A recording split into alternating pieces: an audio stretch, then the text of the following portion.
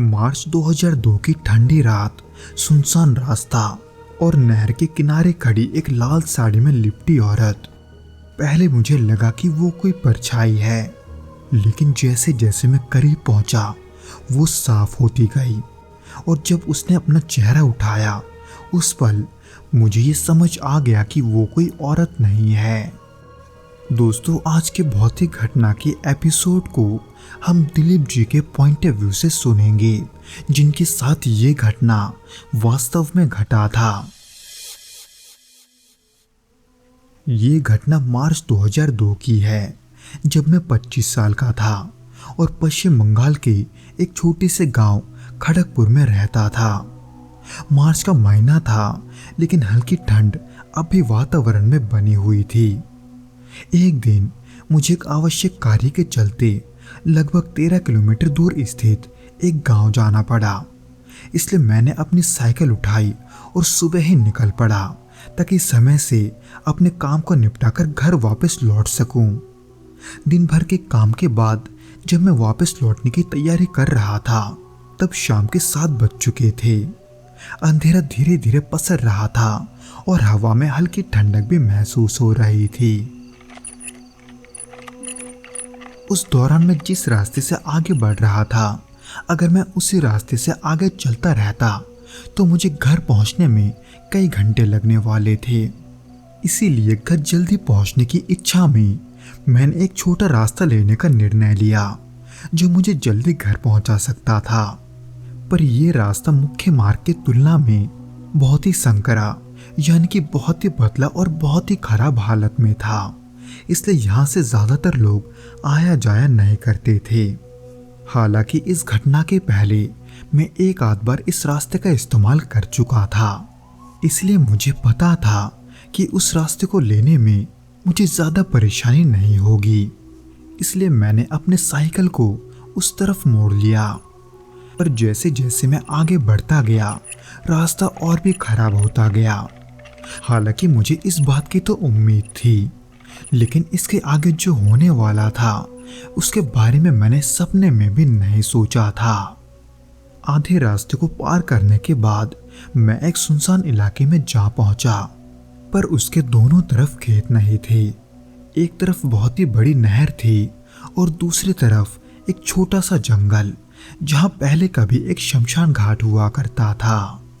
अब ये सब उस नहर के पानी की वजह से था कि पता नहीं, पर जैसे मैं उस इलाके में पहुंचा वहां की हवा में अचानक ठंड बढ़ गई थी और नहर के तरफ से ऐसी आवाजें आ रही थी जैसे कोई नहर के किनारे हल्के पानी के ऊपर चल रहा है। पर उस दौरान मैंने उस पर उतना गौर नहीं किया। पर जैसे मैं उस रास्ते से थोड़ा आगे बढ़ा मैंने देखा कि नहर के किनारे एक आकृति खड़ी है। दूर से देखा तो वो आकृति हल्की धुंध में मुझे काली परछाई जैसी लग रही थी, लेकिन जैसे जैसे मैं करीब पहुंचा वो आकृति स्पष्ट होती गई। वो आकृति दरअसल एक महिला की थी जो शादी के लाल जोड़े में वहां अकेली खड़ी थी। उसे देखकर मैंने अपनी साइकिल की गति धीमी कर दी और उसकी ओर देखने लगा। मैंने सोचा कि शायद वो कोई सामान्य महिला होगी जो किसी वजह से वहां खड़ी है, लेकिन इस सुनसान रास्ते पर इस समय एक अकेले महिला का वहां होना ये कोई सामान्य बात नहीं थी। इसलिए उस औरत को देखकर मेरे मन में कई सवाल उठने लगे थे। क्या उसे मदद की जरूरत है या फिर समस्या कुछ और है?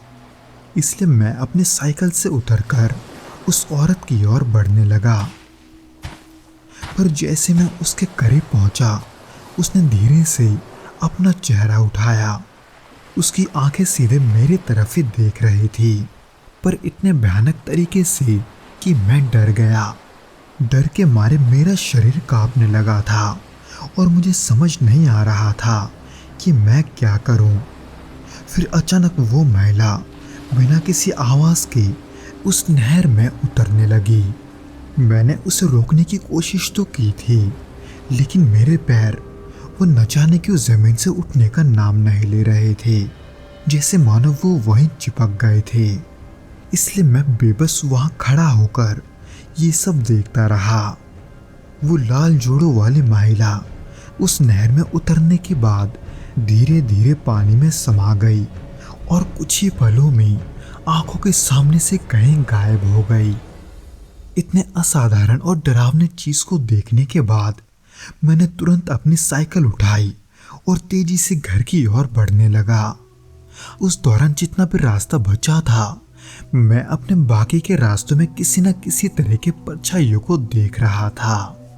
हालांकि मैं जब बुरे हालत में घर पहुंचा, मैंने इस घटना के बारे में किसी को नहीं बताया, क्योंकि मुझे लगा कि कोई मेरे बात पर विश्वास नहीं करेगा।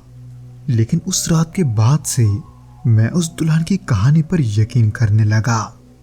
वो अनुभव आज भी मेरी यादों में ताज़ा है और मैं उस खौफनाक रात को कभी नहीं भूल सकता। तो दोस्तों, आज के इस पहले घटना के बाद बिना किसी देरी के हम दूसरे घटना की ओर बढ़ते हैं।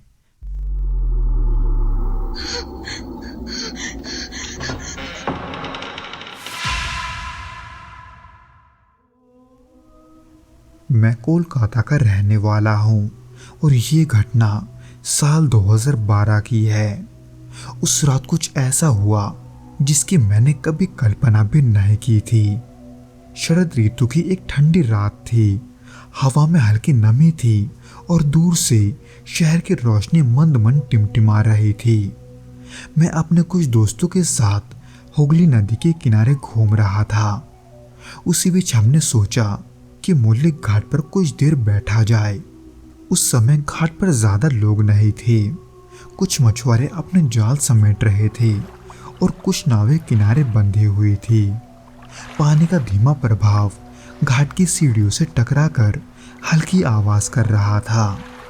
उसी माहौल में हम सभी मुल्लिक घाट के किनारे बैठे हुए थे। वैसे तो मुल्लिक घाट को देखकर ऐसा नहीं लगता कि वहां कुछ भी असामान्य हो सकता है। यह एक आम गंगा घाट की तरह ही है, जहां लोग पूजा करने, नहाने और मछलियां पकड़ने आते हैं। दिन के समय यहाँ की हलचल किसी भी आम जगह की तरह लगती है। वहां रहने वाले कई लोगों ने कभी किसी अजीब घटना का अनुभव नहीं किया था।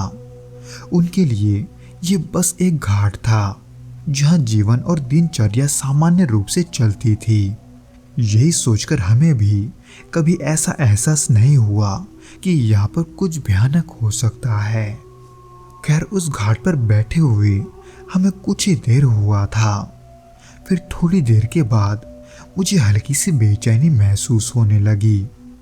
हवा में अचानक ठंडी का असर बढ़ सा गया था और ऐसा लग रहा था जैसे कोई हमें देख रहा है।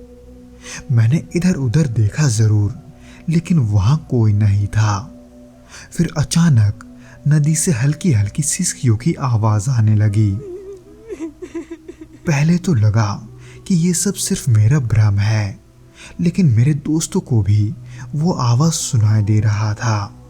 यहाँ तक कि एक मछुआरे को भी, जो पास में ही नाव में बैठा था, उसने भी ये आवाज सुना था।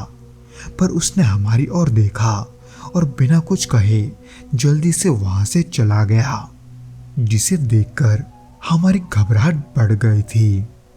हम वहां से उठने ही वाले थे कि अचानक पानी में हलचल हुई, जो वैसे तो आम तौर पर मछलियों के वजह से होता है, पर वो हलचल एक ही जगह पर बार बार हो रही थी। इसीलिए हम वहां देखने लगे। लेकिन जब हमने ध्यान से देखा तो हमारे होश उड़ गए, क्योंकि उस पानी में से हड्डी जैसी उंगलियां धीरे धीरे ऊपर उठ रही थी। मैंने अपनी आंखों से देखा कि वे उंगलियां धीरे धीरे ऊपर आ रही है, ऐसे मानो कि वो किसी की डूबी हुई लाश हो। ये देखकर हम सभी अचंभित थे। कोई भी एक शब्द भी नहीं बोला था। उसी बीच मेरा एक दोस्त राजीव चिल्लाते हुए पीछे मुड़ा, पर क्यों जब हमने उससे ये पूछा तो उसने हमें बताया कि कोई उसका हाथ पकड़कर पीछे से खींच रहा था। वैसे तो पहले हमने इसे एक मजाक ही समझा, ये सोचकर कि राजीव हमें डराने की कोशिश कर रहा है। पर नहीं, राजीव ने अपनी बात को साबित करने के लिए अपने हाथ को आगे बढ़ाया, वो जगह दिखाने के लिए जहाँ राजीव को किसी ने पकड़ा था। और जब हमने वो देखा, हमें अपने आंखों पर यकीन नहीं हुआ, क्योंकि उसके शर्ट का बाजू वाला हिस्सा ऐसे गीला था जैसे किसी ने वहां गीला हाथ रखा हो, जो कि बहुत ही हैरानी और डरावनी बात थी, क्योंकि हम में से कोई भी ना तो पानी की तरफ गया था और ना ही हमारे पास ऐसा कुछ था जिसमें पानी शामिल हो। इसीलिए जब हमें ये एहसास हुआ कि वहाँ कुछ गड़बड़ है, हमें अचानक वहाँ भारीपन महसूस होने लगा, जो कि शायद से हमारे डर का नतीजा था। पर जैसे हम वहाँ से भागने वाले थे, वैसे ही फिर से पानी में हलचल हुई, पर इस बार बहुत तेज आवाज के साथ, जैसे वहां किसी ने बड़ा पत्थर फेंका हो। पर जब हम सभी की नजरें उस नदी पर गई, तब उसका पानी एकदम शांत था, ऐसे मानो जैसे उसमें कुछ गिरा ही ना हो। उसे देखने के बाद हम में से कोई भी वहां नहीं रुका, बल्कि हम वहां से दौड़ पड़े और बिना पीछे देखे भागते रहे, इस उम्मीद में कि वो हमारा पीछा ना करे। हालांकि वहां रहने वाले कई स्थानीय लोगों का ये कहना है कि उन्होंने कभी ऐसा कुछ महसूस नहीं किया, लेकिन फिर भी कुछ मछुआरों से बाद में हमने ये भी सुना कि पुराने समय में यहाँ कई दुर्घटनाएं हुई थी और उसमें मारे गए लोगों की आत्मा आज भी वहां भटकती है। उस रात के बाद मैं कभी मूल्य घाट के किनारे रात में अकेले नहीं गया। जब भी मैं उस घटना को याद करता हूँ तो मेरी रूह कांप उठती है। वो ठंडी हवा, वो रहस्यमय हाथ और वो सिसकियाँ अब भी मेरे कानों में गूंजती है। कभी कभी मैं सोचता हूँ कि अगर हम उस रात कुछ सेकंड्स और वहाँ रुकते तो कुछ न कुछ बुरा जरूर होता।